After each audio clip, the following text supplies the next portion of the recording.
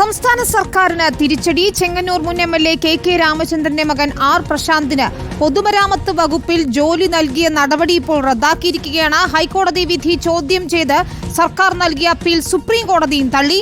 സർക്കാർ ജീവനക്കാരനല്ലാത്തതിനാൽ എംഎൽഎ മരിച്ചാൽ മക്കൾക്ക് ആശ്രിത നിയമനം നൽകാനാകില്ല എന്നും നിയമനം നൽകിയത് റദ്ദാക്കണമെന്നും ആവശ്യപ്പെട്ട് പാലക്കാട് സ്വദേശി അശോക് കുമാറാണ് പൊതു താൽപര്യ ഹർജി നൽകിയത്. ശ്യാം ദേവരാജ് ചേരുന്നു. ശ്യാം, വളരെ വിവാദമായതാണ് ആർ പ്രശാന്തിന് ജോലി നൽകിയത്. ഇതിപ്പോൾ സുപ്രീം കോടതിയും ഈ നടപടി റദ്ദാക്കിയത് ശരിവെച്ചിരിക്കുകയാണ്. എന്താണ് വിശദാംശങ്ങൾ? സംസ്ഥാന സർക്കാരിന് കനത്ത തിരിച്ചടിയാകുന്ന നടപടിയാണെന്ന് സുപ്രീം കോടതിയിൽ ഉണ്ടായത്. ചീഫ് ജസ്റ്റിസ് അധ്യക്ഷനായ ബെഞ്ചാണ് ഈ സുപ്രധാനമായ തീരുമാനമെടുത്തത്. നേരത്തെ 2018 ചെങ്ങന്നൂരിലെ അന്ന് എംഎൽഎ ആയിരുന്ന കെ രാമചന്ദ്രൻ നായരുടെ മരണശേഷം മകൻ ആർ പ്രശാന്തിന് നിയമനം നൽകാൻ മന്ത്രിസഭ തീരുമാനമെടുത്തത്. 2018 ഒന്നാം പിണറായി മന്ത്രിസഭയാണ് ഇത് സംബന്ധിച്ച തീരുമാനമെടുത്തത്. മന്ത്രിസഭാ യോഗം തീരുമാനമെടുക്കുകയും ഗവർണർക്ക് ഈ തീരുമാനം അയക്കുകയും ഗവർണർ ഉത്തരവിറക്കുകയുമായിരുന്നു.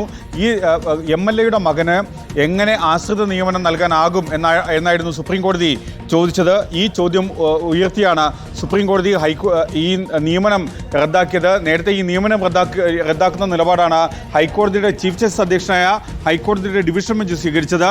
ഇതേ നടപടി സുപ്രീം കോടതിയും ശരിവെക്കുകയായിരുന്നു. പാലക്കാട് സ്വദേശി അശോക് കുമാർ നൽകിയ ഹർജിയിലായിരുന്നു നേരത്തെ ഹൈക്കോടതിയുടെ നടപടി.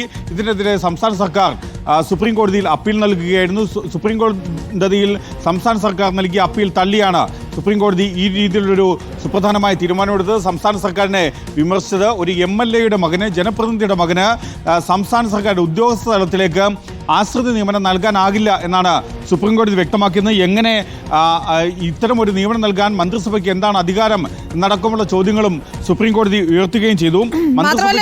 രാഷ്ട്രീയമായി തന്നെയും ഏറെ പ്രാധാന്യമുള്ള ഒരു വിഷയം തന്നെയാണ്, ഒരു കേസ് തന്നെയായിരുന്നു ഇത്. അന്ന് പ്രതിപക്ഷം ഉൾപ്പെടെ വലിയ രീതിയിൽ വിമർശനങ്ങൾ ഉയർത്തിയതാണ്. തുടർന്നും നിയമനങ്ങളുടെ കാര്യത്തിൽ സംസ്ഥാന സർക്കാരുകൾക്ക് അല്ലെങ്കിൽ ഇത്തരം നടപടിയെടുക്കുന്നവർക്കുള്ളൊരു മുന്നറിയിപ്പ് കൂടിയായി നമ്മൾ ഇപ്പോഴത്തെ സുപ്രീം കോടതി വിധിയെ കാണണമല്ലോ.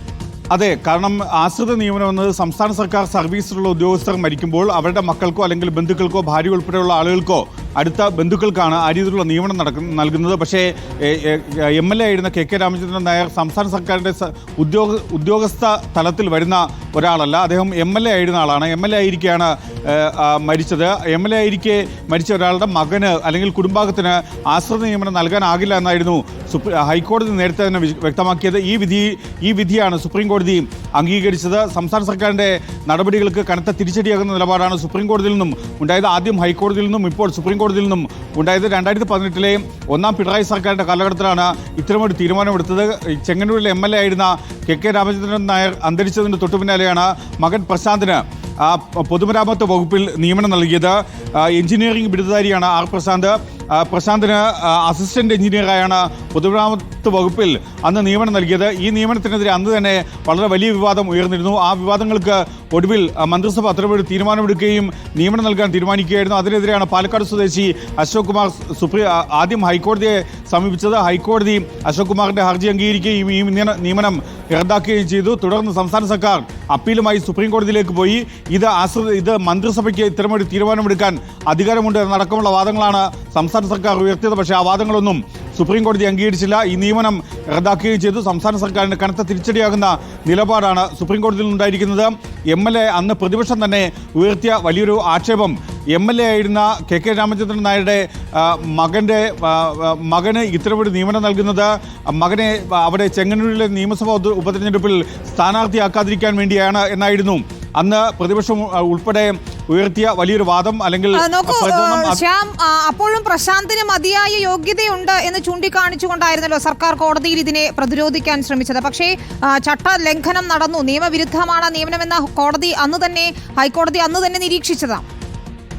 ഹൈക്കോടതി അന്ന് തന്നെ ഈ നിയമനം റദ്ദാക്കുകയും സംസ്ഥാന സർക്കാരിന് അവിടെ നിന്ന് തന്നെ ഹൈക്കോടതി ഡിവിഷൻ ബെഞ്ചിൽ നിന്ന് തന്നെ ചീഫ് ജസ്റ്റിസ് അധ്യക്ഷനായ ഡിവിഷൻ ബെഞ്ചിൽ നിന്ന് തന്നെ വലിയ കനത്ത തിരിച്ചടി ഏൽക്കുകയും ചെയ്തു. തുടർന്നാണ് സംസ്ഥാന സർക്കാർ അപ്പീലുമായി സുപ്രീം കോടതിയെ സമീപിച്ചത്. സുപ്രീം കോടതിയിൽ നിന്നും സംസ്ഥാന സർക്കാരിന് തിരിച്ചടി ഉണ്ടാകാനുള്ള ഏറ്റവും പ്രധാനപ്പെട്ട കാര്യം സുപ്രീം കോടതി നിരീക്ഷിക്കുന്നത് ചീഫ് ജസ്റ്റിസ് സഞ്ജീവ് ഖന്ന അധ്യക്ഷനായ ബെഞ്ച് നിരീക്ഷിച്ച ഏറ്റവും പ്രധാനപ്പെട്ട കാര്യം എങ്ങനെ ഇത്തരമൊരു നിയമനം നൽകാനാകുമെന്നതായിരുന്നു. എംഎൽഎയുടെ മകന് എങ്ങനെ ആശ്രിത നിയമനം നൽകാനാകും എന്നതായിരുന്നു. അത് നിയമവിരുദ്ധമാണ് എന്ന് കൂടിയാണ് സുപ്രീം കോടതി വ്യക്തമാക്കുന്നത്. അതിൻ്റെ കൂടി അടിസ്ഥാനത്തിലാണ് ഈ നിയമനം റദ്ദാക്കുന്നത്. അത് സംസ്ഥാന സർക്കാരിന് തിരിച്ചടിയാണ്. ആർ പ്രശാന്തിന്റെ നിയമനം നേരത്തെ തന്നെ ഹൈക്കോടതി റദ്ദാക്കിയിരുന്നു. ഹൈക്കോടതി വിധിക്കെതിരെ സംസ്ഥാന സർക്കാർ അപ്പീൽ പോയി. അപ്പീൽ പോകുമ്പോൾ നിരവധിയായ വാദങ്ങൾ സംസ്ഥാന സർക്കാർ ഉയർത്തിയിരുന്നു. പക്ഷേ ആ വാദങ്ങളൊന്നും സുപ്രീം കോടതി അംഗീകരിച്ചിട്ടില്ല. മാത്രമല്ല, മന്ത്രിസഭയ്ക്ക് ഇത്തരമൊരു തീരുമാനമെടുക്കാൻ അധികാരമുണ്ട്, മതിയായ യോഗ്യതയുള്ള ആളാണ് ആർ പ്രശാന്ത് എന്നടക്കമുള്ള വാദങ്ങളാണ് ഉയർത്തിയിരുന്നത്. പക്ഷേ ആ വാദങ്ങളെല്ലാം സുപ്രീം കോടതി തള്ളി. ആദ്യം ഹൈക്കോടതി തള്ളി, ഇപ്പോൾ അത് സുപ്രീം കോടതിയും തള്ളിയിരിക്കുന്നു. ഇത് ഭരണഘടന ഉറപ്പ് നൽകുന്ന മൗലികാവകാശങ്ങളുടെ പ്രത്യേകിച്ചും തുല്യത ഉൾപ്പെടെയുള്ള മൗലികാവകാശങ്ങളുടെ ലംഘനമാണെന്നായിരുന്നു ഈ ഹർജിക്കാരനായ അശോക് കുമാർ ഹൈക്കോടതി അറിയിച്ചത്. ഹൈക്കോടതി അതുകൊണ്ട് തന്നെ ആ വാദം ശരിവെച്ചിരുന്നു. കാരണം ഭരണഘടനയുടെ അനുച്ഛേദം 14, 16 ഉൾപ്പെടുന്ന അനുച്ഛേദങ്ങളുടെ ലംഘനമാണ് ഈ നിയമനം, തുല്യതയ്ക്ക് വിരുദ്ധമാണ് ഈ നിയമനം എന്നായിരുന്നു ഹൈക്കോടതി ഡിവിഷൻ ബെഞ്ച് കണ്ടെത്തിയത്. അതിനെതിരെ സംസ്ഥാന സർക്കാർ സുപ്രീം കോടതിയിൽ പോയി. പക്ഷേ സുപ്രീം കോടതിയിൽ നിന്ന് തിരിച്ചടി കേൾക്കുന്നത് ഇത് സംസ്ഥാന മന്ത്രിസഭയ്ക്ക് ഇത്തരമൊരു വിവേചനാധികാരമുണ്ട്, അതിന്റെ അടിസ്ഥാനത്തിലാണ് ഇത്തരമൊരു തീരുമാനമെടുത്തത്, ആർ പ്രശാന്തിന് മതിയായ യോഗ്യതകളുണ്ടെന്നടക്കമുള്ള വാദങ്ങളാണ് ഉയർത്തിയത്.